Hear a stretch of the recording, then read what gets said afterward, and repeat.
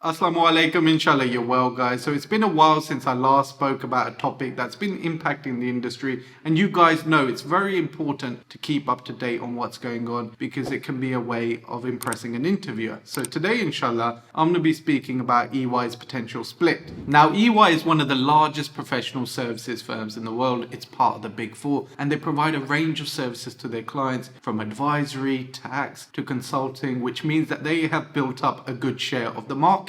Currently, they're considering a demerger, which is essentially a split of their service lines. So their audit and assurance business will sit under the current partnership structure that they have, but most of consulting, tax, deal advisory, those service lines will be spun off into a new legal structure. Now, why do EY want to split up their firm? And a lot of the answer comes down to money. So if EY were to split, they'd have one business which will look after their audit practice side of things and another separate entity which will primarily look after consulting. And their global CEO believes that by splitting up their firm, their new consulting business will be able to generate an extra $10 billion in revenue. And this extra revenue will be in part due to a recent increase in demand for technology-related consulting and transformation work. If you look at EY's non-audit revenue, it's grown year on year and it's currently bringing in over $25 billion per year. Whereas if you compare that to audit, that's remained fairly flat at around $15 billion per year. Now that extra $10 billion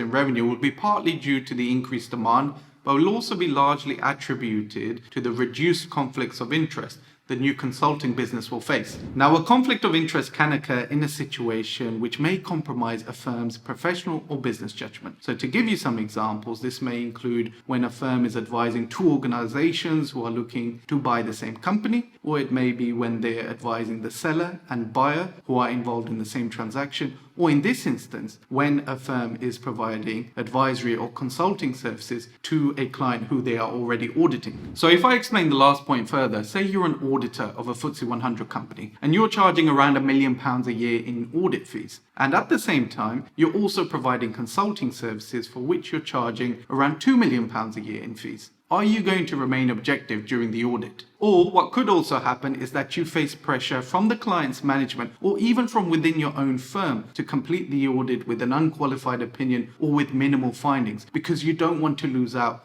on those consulting fees. That's why it's common for large companies, typically those listed on a stock exchange, to use many of the Big Four to provide a range of services. Also, as an auditor, you will come across a lot of confidential information during your audit. Now imagine that you come across a top secret advisory project. You know what the proposal is, you know who the potential bidders are, you know what they're offering. All of this identified during your audit. It would now be a conflict of interest to use this information to provide this to another area of your firm for them to go ahead and then bid for this project. These are some of the challenges that EY and the rest of the Big Four will face. They will audit large FTSE and Fortune listed clients. They will charge millions in audit fees, but then they miss out on an opportunity to charge for non-audit fees as well because of these conflicts of interest. But if EY demerge and they spin off consulting under a new separate legal structure, those conflicts of interest won't exist anymore because audit and consulting will be separate businesses. The new consulting business will then be free to go after the old EY's audit clients. And you can see how this will work. On paper, there will be two separate legal entities with no relation. But in reality, the old partners who are providing audit services or who will continue to provide audit services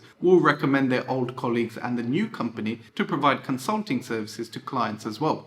So on paper, this sounds great because you'll have two businesses. One, an established audit practice with proven revenue, and two, a consultancy business with crazy growth potential. But the plan is far from being finalized. Partners now have to vote on the proposals for the demerger to take place, and voting is expected to start around November time, and it will happen on a country by country basis. There are different rules for different regions. Some regions may require a simple majority of partners to vote in favor of the proposals, whereas other countries may require 2/3 of partners to vote in favor of the proposal. And EY China have already come out and said regardless of the results, even if partners vote to approve the demerger, they will be remaining as one brand, as one business. They will not be taking part in any split. Now that tells us that each region and its partners are going to vote the way that they see is best for them. And it's going to come down to money, guys. So it's believed that audit partners who are going to remain under the existing structure are being offered around $2 million in cash because they will trade their position from a powerful audit consulting firm, which EY currently is, to an audit-only business.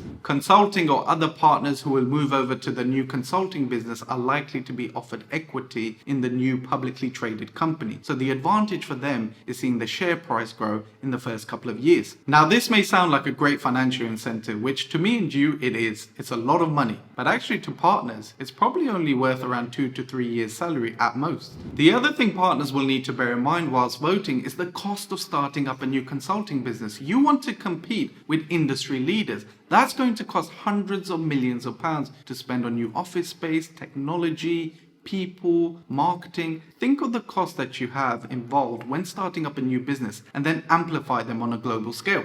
Having said that, if EY proceeded with the demerger, in their current plans, they plan to raise around $11 billion when they go through an IPO, when they put their company on a listed stock exchange, and they plan to take on around $13 to $14 billion in debt as well.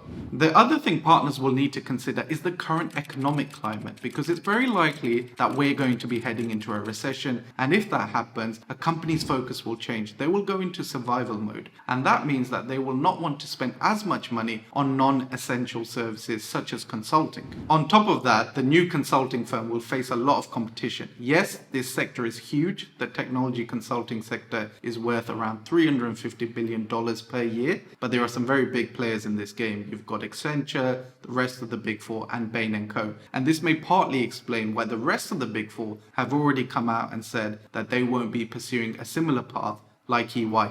Inshallah, everything will be clearer by February when the partner vote is expected to conclude, so let's wait and see. But I'll leave it here for now, guys. As always, any questions or queries, please feel free to comment below or message me on Instagram.